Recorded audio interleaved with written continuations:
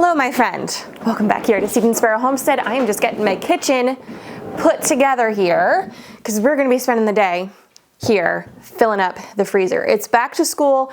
Things are getting busier. We're in a busy season of life, getting our home ready to sell and also looking for another home. And freezer meals just make everything go smoother. It's a bit easier on me. And whenever there's an adjustment happening, I welcome the help. So we're filling the freezer today. I've got some snacks, breakfast, lunch, and dinner. So let's get started. This video is gonna have a bit more of a relaxed feel to it. We're just chilling together today. I have an empty house, which I can't tell you the last time I have filmed and had peace and quiet in the background. My sister offered to take the kids today, so they're off having fun. Mom's having fun here. I've got some peace and quiet, the house to myself. I can hustle and get stuff done, and some cooler weather has arrived. I'm in my cozies today, if you haven't noticed. We have been having some temps in the mid-70s. Today it is 70 degrees and there's like no humidity. It's overcast and there's a cool breeze and it feels like fall, and I am loving it. We're supposed to have that for the next like 10 days. So it's a good day. We're getting stuff done today. First matter of business today, we're making some French toast sticks. Very simple to make in bulk, keep in the freezer, and then have for a quick breakfast. I'll serve it with some breakfast meat. I found this brioche loaf on major clearance at a local Amish store. It's 50 cents. So it was in the freezer for a little while, brought it back out. I'm gonna cut it into some little strips here. We're gonna make up our egg mixture and get them over on the stove. I have a fairly large loaf of bread, so I'm gonna double my recipe. So I'm gonna use 4 eggs. Oh, I just lost a little bit of eggshell. And then we'll do a ½ cup of milk, a teaspoon of vanilla, probably a tablespoon or 2 of maple syrup, and just a sprinkling of cinnamon.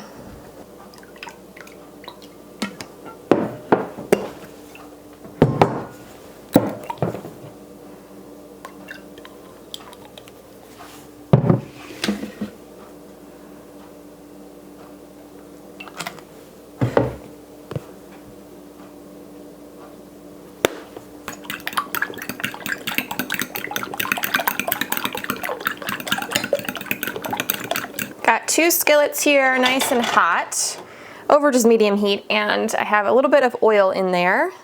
I like when my French toast sticks get a little bit crispy.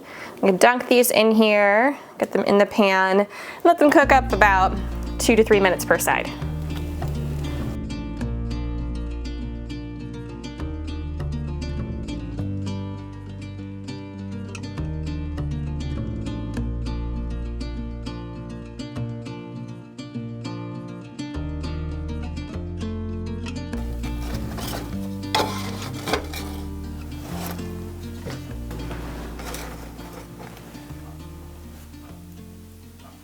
Now I have to wait for those to cool off. They're gonna get stored in a Ziploc bag for the freezer. To warm them back up, I will either pop them in the oven, 350 for about 8 to 10 minutes, right from frozen. If you have an air fryer or a toaster oven, that would work great as well. And then I will just have some fruit on the side with those, some breakfast meat, and they have a good, well-rounded, easy, quick meal for our school mornings. So now we're gonna move on to another breakfast item. We're gonna do some protein pancakes. So I'm gonna do 1 cup and about a tablespoon of organic rolled oats. I'm going to blend this up.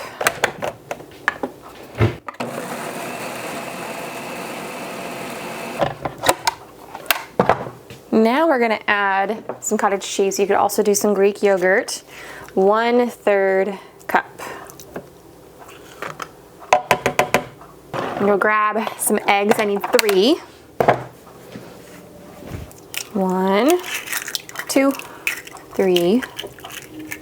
I need 2 1/4 teaspoons of baking powder. Well then, I can't find my teaspoon again, so we're doing a ½ teaspoon measurement.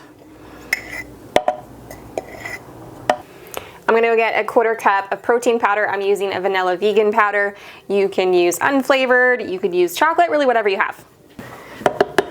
2 tablespoons, either maple syrup or honey. We're gonna do a ½ teaspoon of vanilla extract.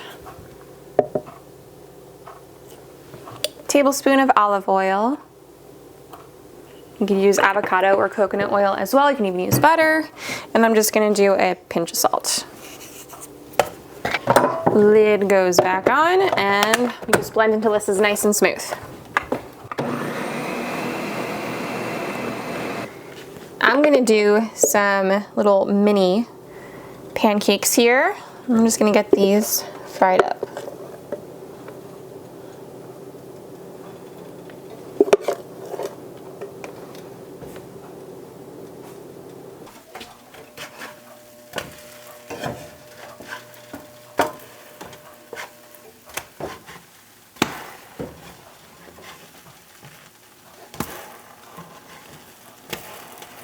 All right, 2 things done. We're gonna move on to our third. We're gonna make some homemade tortillas. I want some smaller ones for more of the smash style tacos I like to make, but I also wanna make some bigger tortillas for some breakfast burritos. So I have 5 cups of flours in here. 5 cups of flours, 5 cups of flour in my bowl here. 2 of those cups are freshly milled einkorn, but you can use all-purpose flour if that's what you have. Now I've also made these gluten-free, just with a 1-to-1 flour. Totally do that. I'm just not doing that today. You need 1 teaspoon of baking powder and 2 teaspoons of salt. And I'm just gonna mix that around. I have 2/3 cup of lard here, and I have some chicken fat in here too. That's why it is so yellow. I have also used just some olive oil. It's gonna taste more like olive oil then. I definitely recommend using some sort of either tallow or lard. I know a lot of people use shortening. I'm not a fan of shortening, so I don't personally use that. I've also done it with butter, and butter turns out great too. So just try it out and see which one you like best. I really love the flavor that lard gives to it. So I'm just going to combine this here until I have a rough, crumbly mixture. Here's what it looks like with that lard incorporated. Now we're gonna add slowly 2 cups of hot water.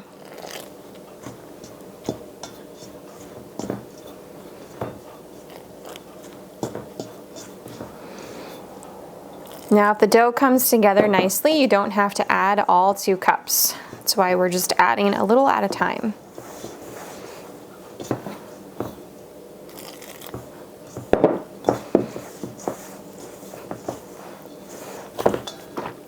I still have a little less than a 1/2 cup left, but I'm gonna leave it at that because that came together nicely. And now I'm just gonna knead this for about a minute or 2.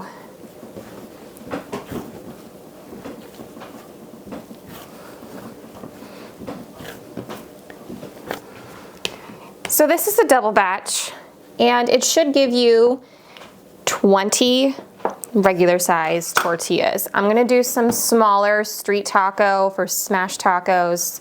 So I'm gonna save half of it for large, and I'm gonna do the other half for small. So I will probably do, instead of 10 regular from this half, I'll try and do 20 smaller ones. We'll see. Maybe not 20, it might be more like 15. I'm gonna roll these into balls and set them off to the side. They're gonna need about a 45-minute resting period to help build up the gluten structure. It's really important with tortillas. And I'm gonna take a kitchen towel and get it a little bit damp and lay it over the top for the next 45 minutes. Damp kitchen towel goes over the top, and we'll work on something else while we wait. We're gonna move on to some dinners for the freezer. This is just a really simple chicken fajita crock-pot dump and go recipe. So simple, you may think, Kelsey, you could easily throw that into a crock-pot when you go to do it. But there are days, if I'm being completely honest, where I just can't think and I just need it done. I can just go to the freezer, see what's there, dump it in a crock-pot and not think about anything else. It's needed sometimes. So I am just pulling out some chicken breast from the freezer. In each of my gallon bags here, I'm doing 2 pounds of chicken breast. That is enough for our family of 4, and then probably for a little bit of leftovers for us. So you'll have to adjust accordingly for your size family. Now this was inspired just by some things needing used. I had some cans of Rotel in my pantry that are approaching their expiration date. So I'm gonna do 1 can per recipe. I had some red and green bell in the fridge from the garden, need used. I have a whole pile of onions I freshly harvested that I am just kind of working my way through. We're doing mostly fresh eating this year. I'm not preserving quite as much because when you're thinking about moving, I don't know, that sounds like a horrible idea, just putting more and more stuff into storage that I'm gonna have to transport. So we're eating a lot fresh this year. And then I've got a lemon. That's not a lemon, that's a lime.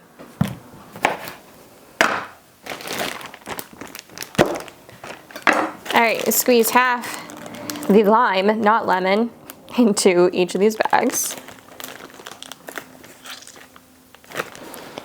Half the peppers and onion as I drop them. Now, if you really love peppers and onion, please add more. That's not going to make or break this recipe, the amounts you use there.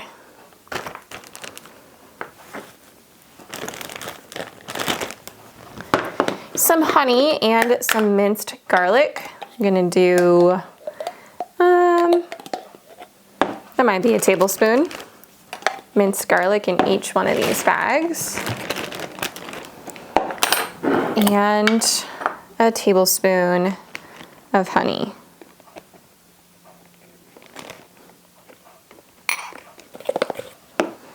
Three tablespoons taco seasoning. I am using my favorite again, the chili lime from Redmond Real Salt. And these guys are all finished.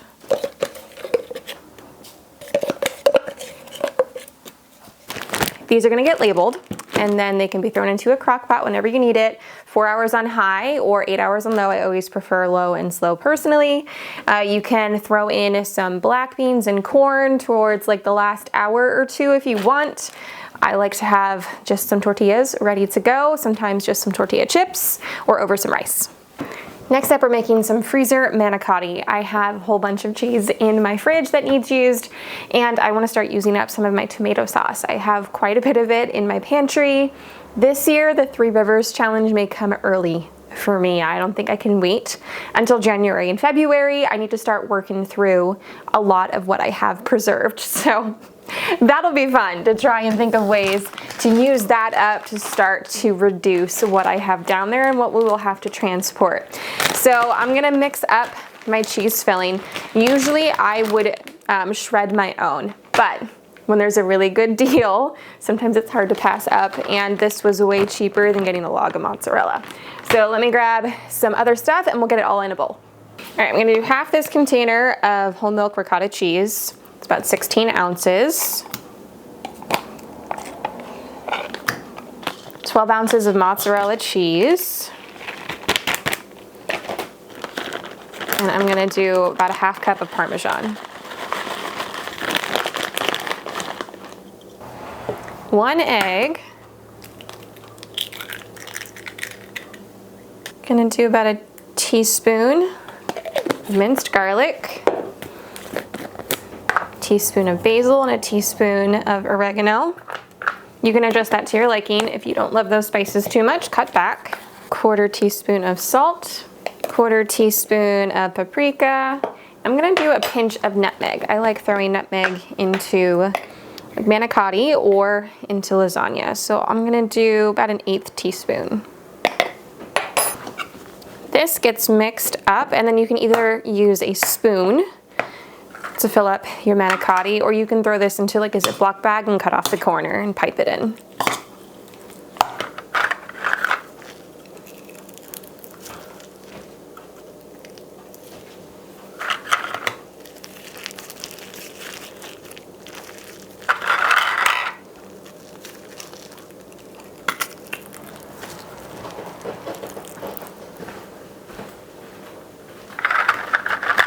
the sauce, I'm gonna do a quart of my home canned pasta sauce.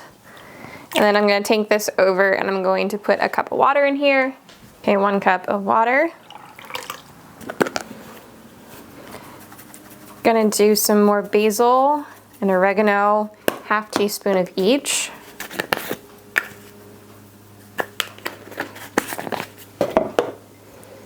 Half teaspoon of salt.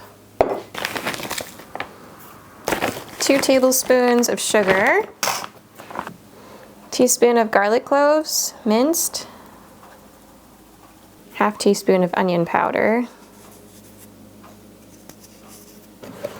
And another little dash, it's a good thing I put that into my hand, of nutmeg. Don't want too much of that. Now if you'd like some added protein, brown up a pound of ground beef, add that into your sauce here. We pour the sauce over top with some cheese. I cover and I froze right like this, unbaked. I will thaw it overnight in the fridge and then bake at 350 degrees for about 45 to 50 minutes.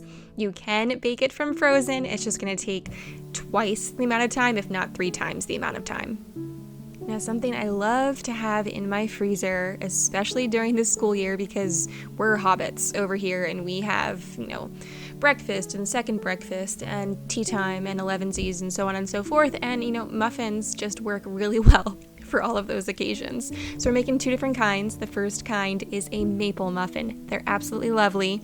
It's 2 1/4 cup of all-purpose flour, 3/4 cup of whole wheat flour, a tablespoon of baking powder, 1/2 teaspoon of salt, 1 1/2 cups of pure maple syrup, 1 1/2 sticks or 12 tablespoons of butter, melted, 1/2 cup of whole milk, 1 egg, 1 egg yolk, and then if you'd like, you could add in 1 cup of chopped walnuts.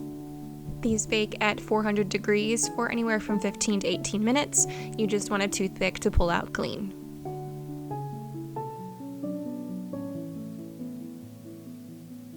Now the second recipe I'm going to make is a cinnamon streusel muffin.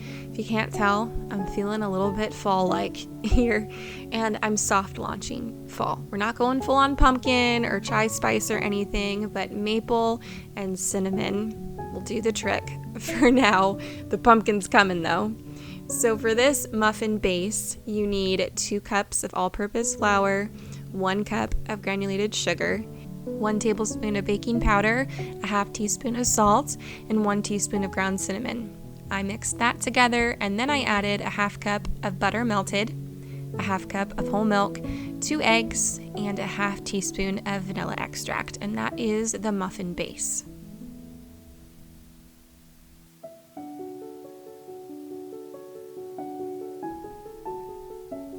For the streusel on top, you need a 1/2 cup of all-purpose flour, a 1/2 cup of brown sugar, a 1/4 cup of butter, cold and cut into small pieces, and a teaspoon of cinnamon. Do as I say, not as I do.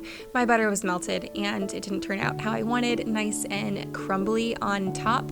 It kind of melted into the batter, but all is well. It still tasted fine, but keep your butter cold. These will also bake at 400 degrees for about 18 to 22 minutes. Now, as always, you can find today's recipes either linked in the description or I'll have the ingredient list written out for you. I've had a few people ask me recently, Kelsey, it'd be so nice if you would include the instructions written out as well. So here's the thing, YouTube has a character limit in the description, so I don't have enough space to do that.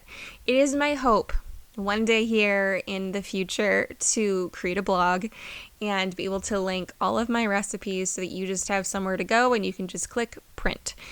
One day, my friends, but time is the issue. Our tortillas are now ready to roll out, so I have floured my surface and I'm going to roll them very thin. You can see here they're almost transparent. You want them super thin because they will cook up and get really thick in the skillet. Now I usually use my cast iron, but I didn't feel like pulling them out, so I just used my caraway pans and they worked perfectly. I did put just a little bit of olive oil in there because I like when they get bubbly and a little bit golden brown. But it only takes about 30 seconds to 45 seconds per side, and then I like to transfer them over to a damp towel and keep them covered. That keeps them from getting dry and cracking.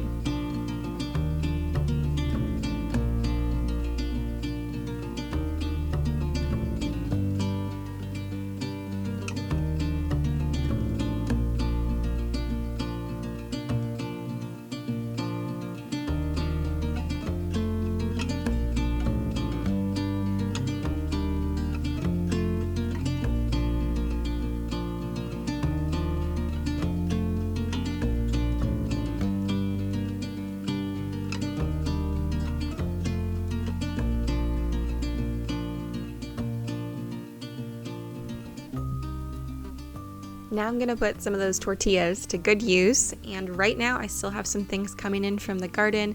Lots of peppers, lots of onions. I had some potatoes in the freezer that needed used, so I cut up one of the red peppers, probably did 1.5 cups of diced potatoes, one small onion, and a little bit of garlic, and I sauteed all of that up until they became translucent and softened up. Then in the back there, I was also frying up some sausage patties, which I then cut up and incorporated in with the rest of the veggies.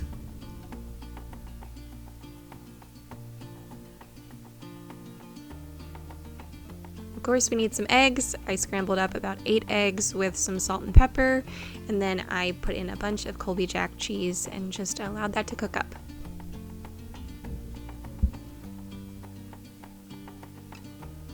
Now we fill our breakfast burritos and roll them up. These will actually get eaten in the next week. I needed something for Matt for breakfast, so this was for him, but I have some extra tortillas. I'll make another batch and I'll stick them into the freezer so that the kids can have something just quick and on the go if we are having to head out of the house first thing in the morning. Now we are a homeschool family, so we don't have to head out as early as most families do, but this year my mom is helping me homeschool Eleanor. She's taking her 3 days of the week, which is a huge blessing. We have a little bit of a drive, so things like this will come in handy. Now we're gonna do some Hot Pockets for some quick, easy lunches. We're making a 15-minute pizza crust here. There's no rise time, which is exactly what I need today. So we're gonna do 4 teaspoons of active dry yeast. 2 cups of warm water, don't want it too hot. 2 teaspoons of sugar. I'm gonna mix this up and allow that yeast to activate. Give that 5 minutes. I need 6 tablespoons of olive oil.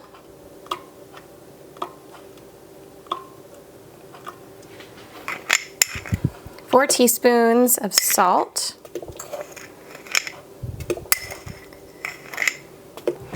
And 5 cups of flour.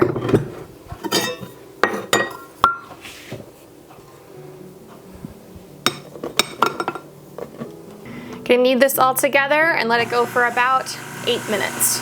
You can do this by hand too. All right, this has kneaded. Now I'm gonna cover it with a towel, let it rest for 10 minutes. You can let it sit for up to an hour. The longer you let it sit, the more flavor it'll develop, but 10 minutes is perfectly fine. Now that the dough has rested, we're gonna divide it into equal portions.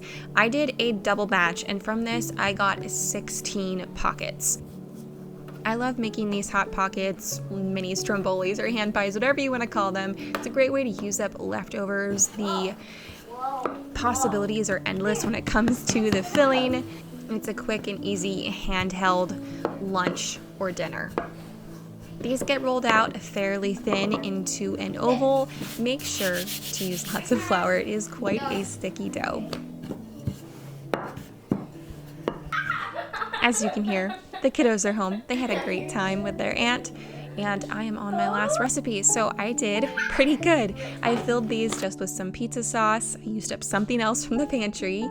I had a whole bunch more mozzarella cheese and some pepperoni that I just kind of tore up and put in there. You fold over the other side. No need to use any water or anything in there to seal it. It's a pretty sticky dough, so it just kind of stuck to itself. I did transfer to a parchment-lined baking sheet, and I did use a fork there just to make sure the edges were sealed well. You want to score the middle there just so they don't explode on you. And I brushed them with an olive oil that I added some garlic to, some Parmesan cheese, and some Italian seasoning. These bake at 425 for about 15 to 20 minutes. You want them to be nice and golden brown.